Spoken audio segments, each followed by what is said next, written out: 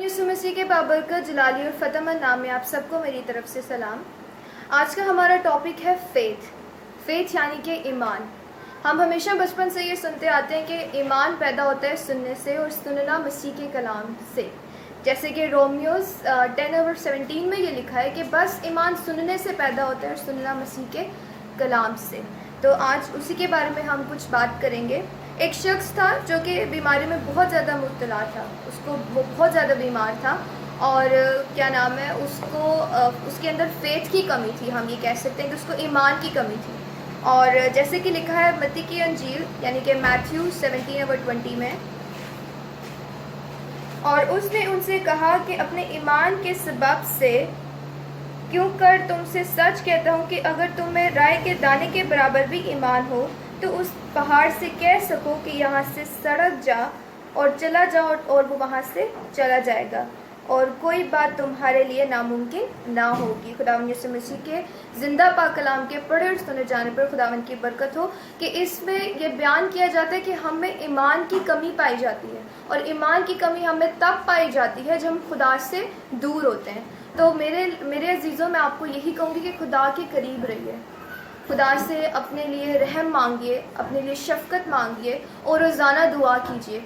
दुआ एक बहुत बड़ा औज़ार है, वो बहुत बड़ा टूल है जिसकी वजह से बहुत सारे बंधन टूट जाते हैं और हम रिहाई पाते हैं। जैसे कि हमने आज ये सीखा कि एक शख्स था जो कि उसको मिर्गी पड़ती थी, वो नहायत बीमार था, बीमारी में मुब्तला था और खुदा ने उससे बोला कि अगर तुम में राई के ज़रे की जितना भी ईमान हो तो इस पहाड़ से कहो सड़क जाए तो वो सड़क जाएगा।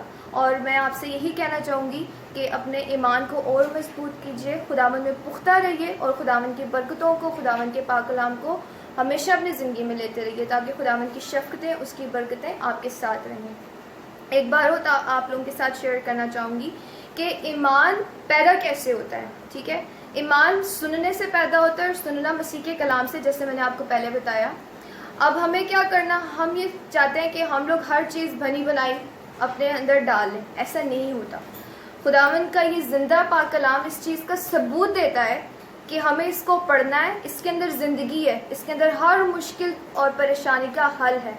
ठीक है, इसको हमें पढ़ना है और सुनने से और इसके बारे में, इसके ऊपर अमल करने से, इसको पढ़ने के बाद हमारा फेथ आता है। ठीक है, और इसके बारे में आपको एक और बात यही कहना चाहूँगी कि रोज़ चर्च जाइए, जैसे हर संडे या सैटरडे आप चर्च जाएं। ठीक है, खुदावंद का ज़िंदा पाक कलाम सुने, उस पर ईमान लेके आएँ और ईमान लाने के बाद उसको अपनी ज़िंदगी में लाइए। जब हम हर चीज़ को प्रैक्टिकल करते हैं, हर चीज़ को अपनी ज़िंदगी में लेकर आते हैं, तो फिर ही हमारा ईमान बढ़ता है और ईमान बढ़ने से ही हम बहुत सारी मुश्किलात और परेशानियों का हल निकाल सकते हैं, जिसको हम सल्यूशन कहते हैं।